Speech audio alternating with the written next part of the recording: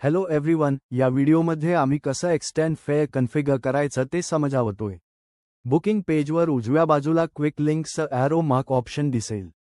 या arrow मार्कवर click करा, scroll down करा आणि इथे एक्सटेंड फेअर सेटिंगचा ऑप्शन दिसेल. क्लिक या ऑप्शनवर करा. आता एक्सटेंड फेअर सेटिंगची पेज उघडली आहे.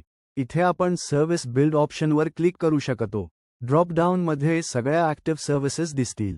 ड्रॉपडाऊनमधून ज्या सर्व्हिस खाली तुम्हाला एक्सटेंड फेअर तयार करायचा आहे ती निवडा.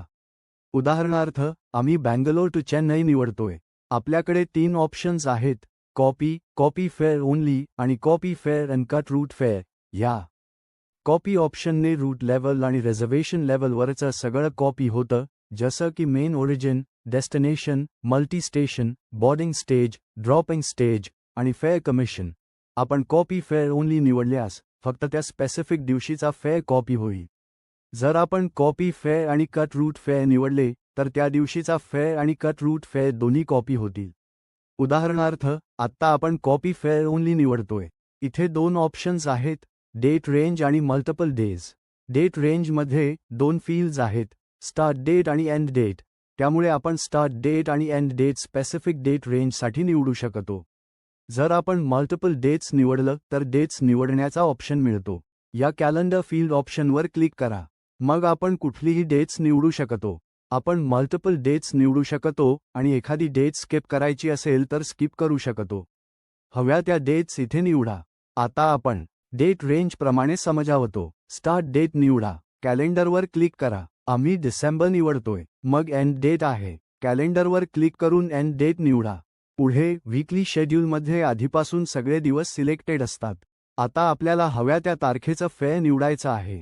डेट पेज सिलेक्शनवर क्लिक करा आणि नंतर कॅलेंडरमधून ज्या तारखेचं फेअर कॉपी करायचं ते सिलेक्ट करा. उदाहरणार्थ, आपण डिसेंबर 1 निवडतोय.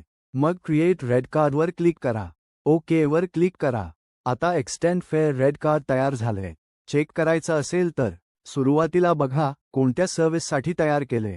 बँगलोर टू चेन्नई सर्व्हिससाठी आम्ही एक्सटेंड फेअर तयार केले. मग बुकिंग पेजला जा आणि मेन्यूवर क्लिक करा. मेन्यू खाली रूट्सवर क्लिक करा. इथे तुम्ही बँगलोर शोधून चेक करू शकता. हा तो सर्व्हिस आहे जिथे आपण रेट कार्ड तयार केले. उजव्या बाजूला तुम्हाला मॉडिफायर ऑप्शन दिसेल. मॉडिफायरवर क्लिक करा आणि मग रेट कार्ड्सवर क्लिक करा. इथे एक्सटेंड फेअर सेटिंगमध्ये तयार केलेलं रेट कार्ड तुम्हाला दिसेल.